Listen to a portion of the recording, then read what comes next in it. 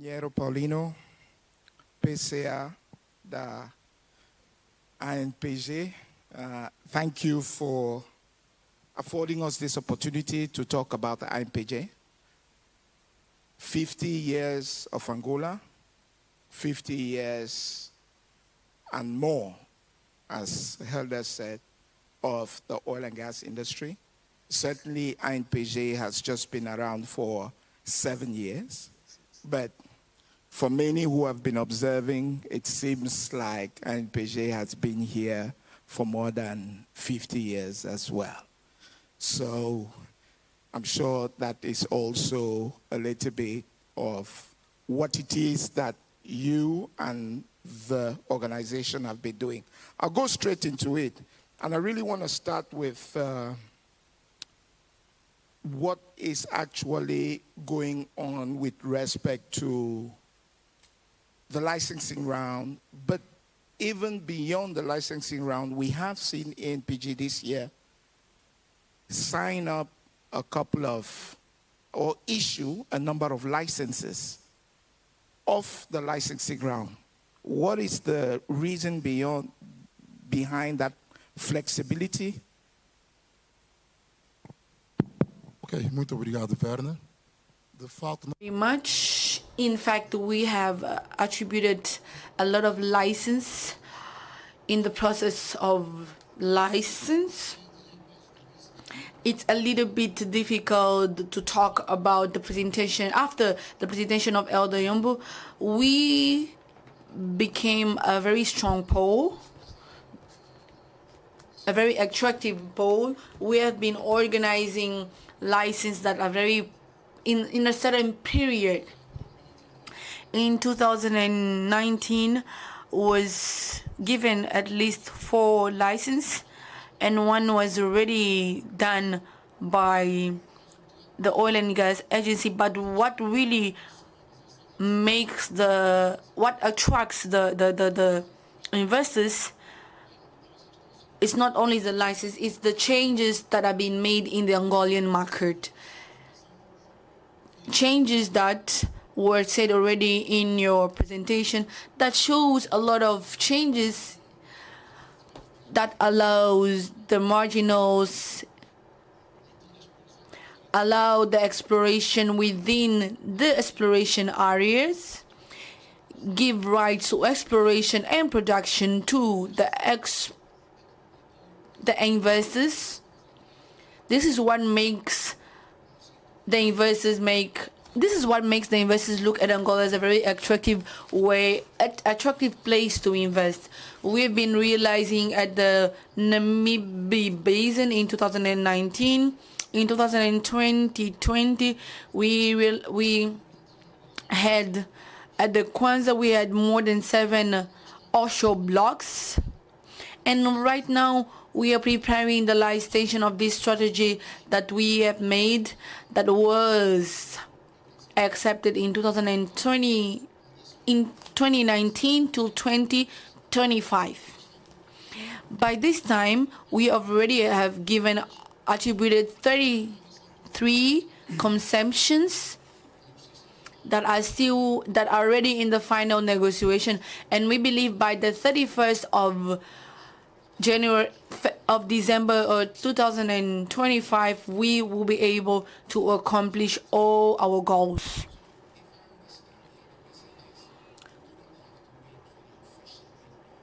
To come in and talk to ANPG. Exatamente, porque nós temos o chamado decreto de oferta permanente. Este decreto. Yes, we have a decree that allows, if any company that shows interest in the Angolan market, this is not official yet, but we are working in the process of a continuous offering, what means that us in the future, in fact, we have our blocks as a permanent offer.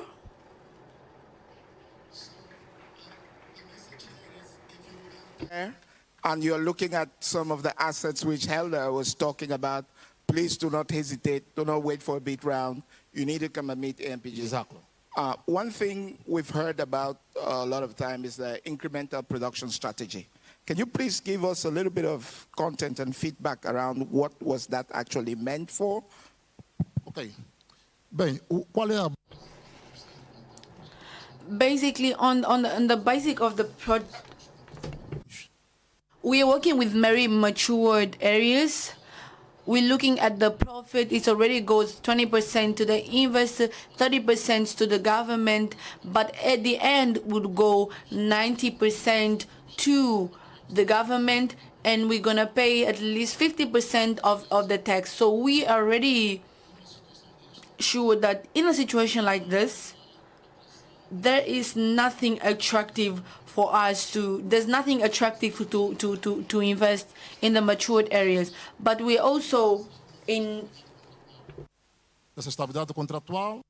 we're also conscious that by this phase of the growth of 20% goes to the investor, 30% goes to the government. So we should look for a main term to help both sides. This is where we see that basis on the future production that is connected with the producers, we see that all the production that is going accord to what was the agreement should not be put on the balance.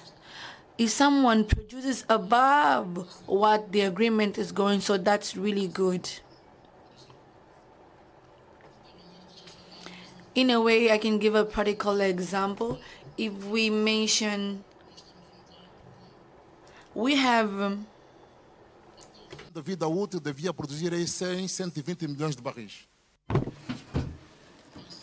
But if we are to move to the incremental project process, giving incentive to that delta, we could go from 150 million to 500 million barrels, and there is indeed clear that is a matter of arithmetics. If I want to have 90% of 100 or 75 of 500, it's a simple accounts, right? That's very clear for everybody, I'm sure. But I think what's most important here is that we have a regulator here which thinking like a businessman. So I think that's really important. Just one before we leave, I know that we're running behind time today. On gas, Angola has always been known like an oil province, and I understand you've been talking about the delta changes and how you sort of track to be able to make it much more attractive. What's the story on gas? I see we're talking about the next gas consortium, and we're looking at drilling. There's a lot of potential drilling just for gas in that sense. What is the story around gas? Ok. Pergunta interessante. Interesting question and important. The story of Angola for gas is up to 2018. Any molecule of gas discovered in Angola belonged to the state, be it in terms of property as well as rights. In 2018, we changed that phase. From 2018, we began to give rights on gas to investors, not the property, because property is constitutional, and we had to alter the constitution to also give the property, but we've given the rights. So what happened? From then, up 2018, any discovery of gas by any investor was considered a risk.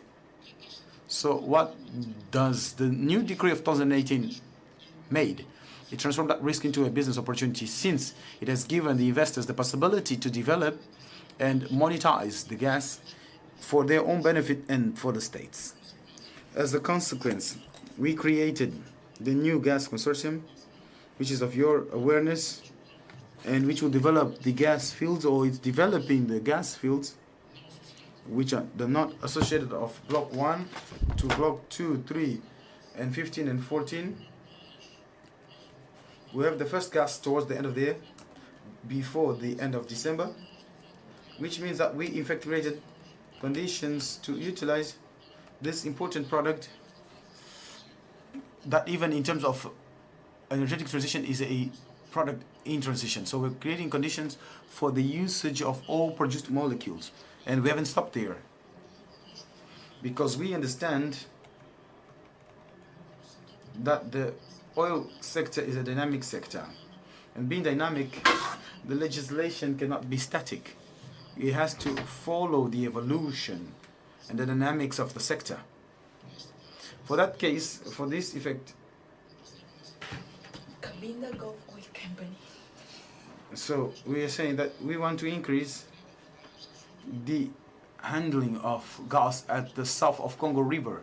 So we know that there's that possibility. The fields have the K of gas, but nobody wants to invest in that cover of gas because the 2017 investment contract says clearly that gas had to be handed at zero costs to Angola and gas. So nobody will know, everybody knows that no one will hand over a product at zero cost. So that's what moved us to a incremental similar principle.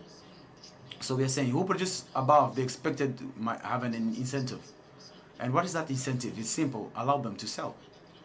Instead of giving to us at zero cost, allow them to sell to Angola LNG. So we have at the end of everything, of it all, which is the objective to create conditions to increase the revenue of the state as well as of the investors. And lastly, we already have an example of a company that is developing the ammonia and urea project, and we want to create other projects of this nature in Angola, and I believe that we can all create. And I'm seeing here that my friend Gaspar Martins, looking at him, he will also get another project of this nature at the southern part of Angola. Thank you very much. I think we will end the conversation with that. Ladies and gentlemen, for those who are outside, you're looking for blocks, you're looking for opportunities in Angola, the message is clear. Do not wait. Please feel free to meet these guys, ANPG, and get on. Sign. Thank you very much.